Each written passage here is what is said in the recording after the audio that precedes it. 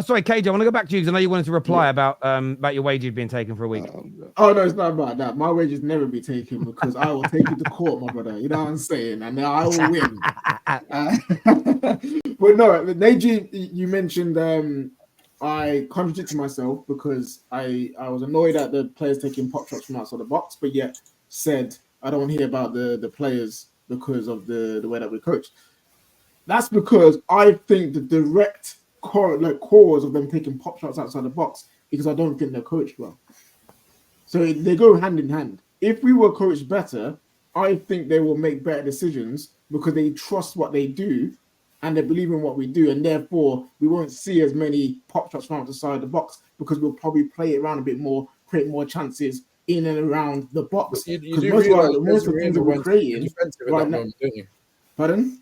You do know Jose Mourinho went full on super defensive at that moment. So yeah, but that is the job of the manager to deal with those situations and coach us in a way that if sort of player different team does go defensive, there's a difference between coaching off the field and then going off the field, and then when you're now faced with the back five as such as Jose went into and had that solid defense, again, you can't then just coach and say, right, you start playing 1-2 intricate passes there. No, but we already know we got the personnel wrong on the pitch. But the problem is it's not just like isolated situation. It's the entire time since last preseason that this issue has been going on. That goes into my argument. Why are we creating so many chances in the league, but we're not finishing them?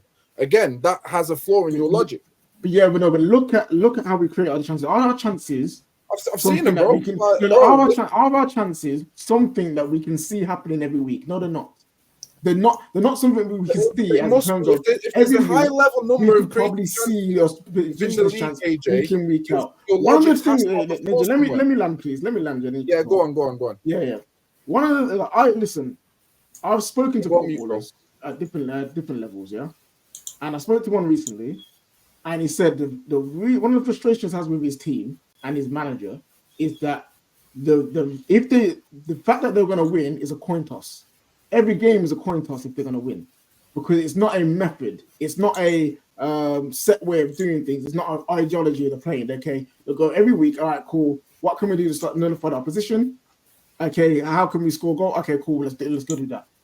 Even players, they want system. They want philosophy. They want something that they can play, that they know that week in, week out, even things change, we know that we can actually make an opportunity. We can actually do what we want to do. And I can prove that. And every week, obviously, things aren't going to go perfectly, but there's still that belief. Right now with Man United, yes, we've created some big chances in the league. But it's not a big chance. It's the volume of chances we're creating. But when have we seen that we are doing enough on the pitch to get the result? But Najee, you're not listening. When have we seen the same things created over and over and over? We don't see that. All our big chances are different.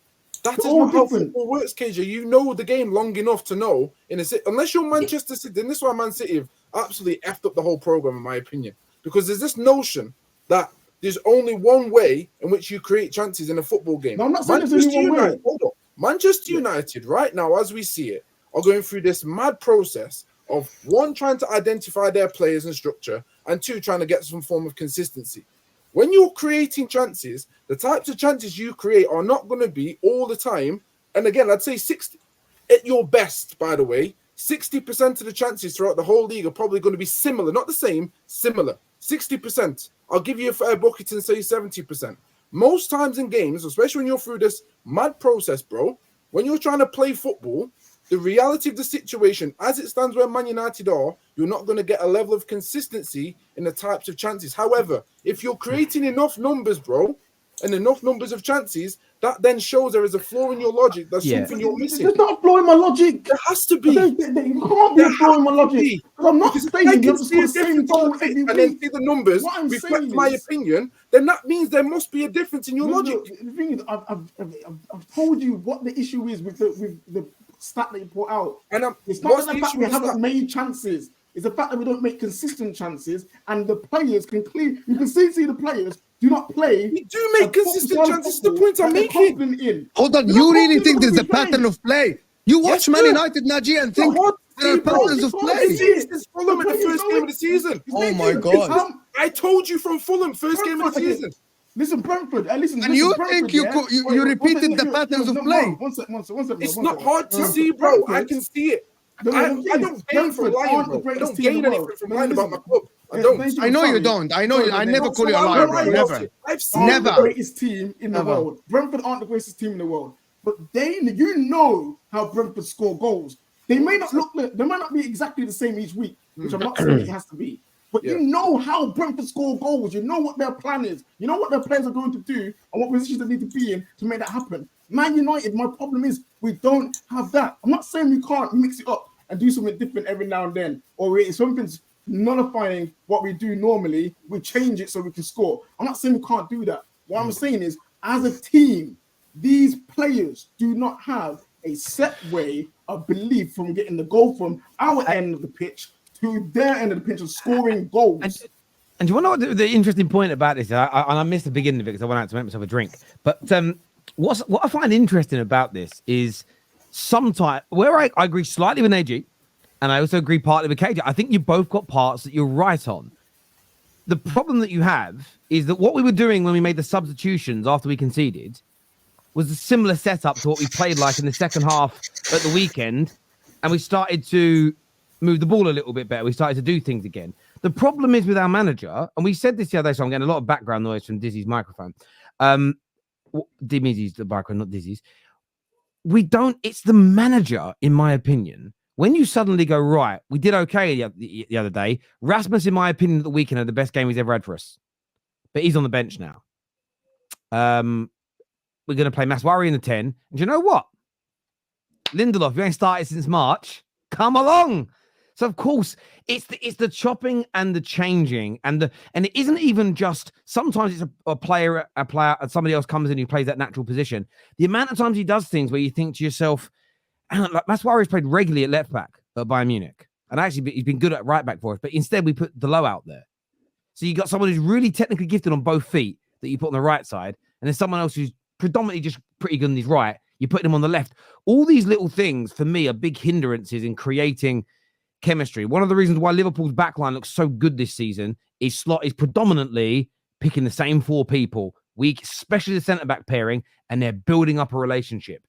And we don't do that at Man United. We don't really allow players to start building up relationships with one another. We are so bad at that. Look, I want to jump to some of these super chats, just in interest of time, because the boys are speak Tottenham as well. This one's here says, Delo's chance come from our system. Yeah. And did we see it again? No. There you go. Mourinho substituted a defender. Said, yeah, I need to do sense your microphone. It's really, I've reduced in the settings, but you guys have your own settings. I often control it. And I don't ever leave it as echo. What you should, again, a quick lesson for everyone who uses StreamYard. Now, don't click it.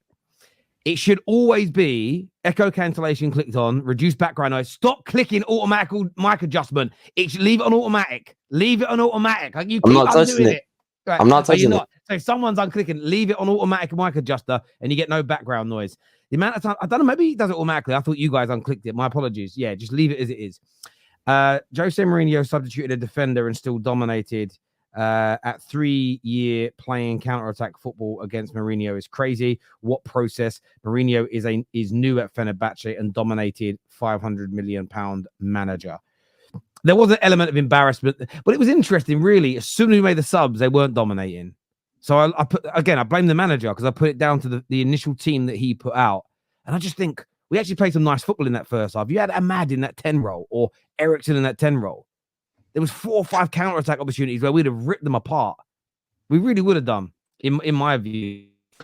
People who think Maswari played well believe a pigeon can ride a bike.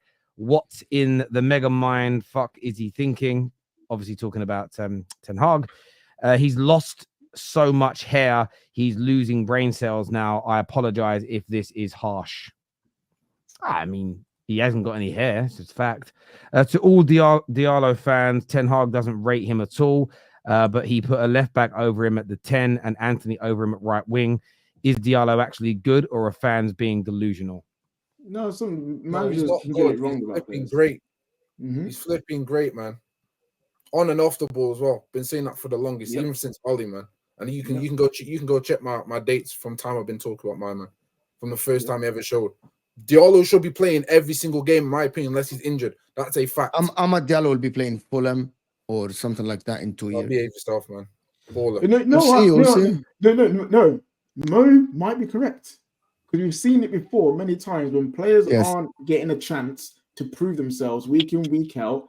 They need to leave somewhere lower to go refine themselves. So I wouldn't be surprised if that happened if Ten Hag stays. Yeah, Ahmad was sent a very clear message by the manager tonight. I think it's a very, very clear message that, and it's annoying because he's actually been really good this season, and then suddenly he's just not been anywhere near the starting lineup, which I think is crazy personally.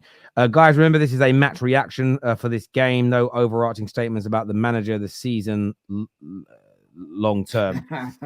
It's a joke, right? This is a joke. It must be a joke. It must be, right? Do you know what it is? It's funny, really, because I actually said, I gave KJ some feedback there. I said, when guys come on for the match reactions, I don't mind people making statements about what this means for their season or about a player's career or something.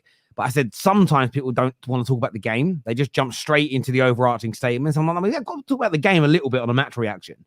But yeah, that's a bit wild. To Maradon the Moron, by the way, it says, Terry, why are you challenging people as to why they believe things? It's called a conversation.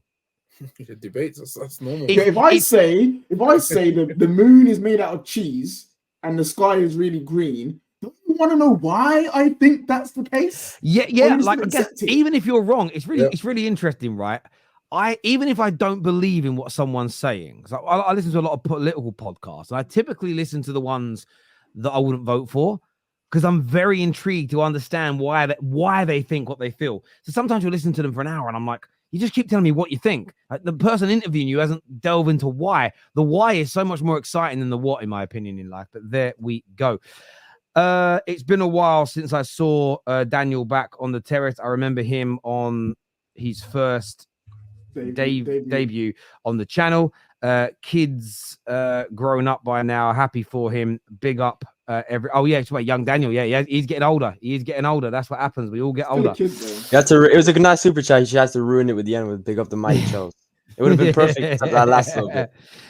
We have a pattern for you. Seriously, we literally go into every game with a different plan.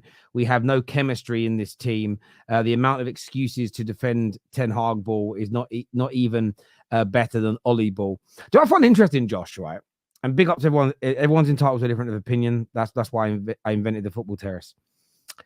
What I find really interesting is the people that will sit there and agree with all these things about how bad our manager is at coaching, the plan changes, there's no cohesion, there's no patterns, And then when you defend the players, those same people go, but your players are also dog shit.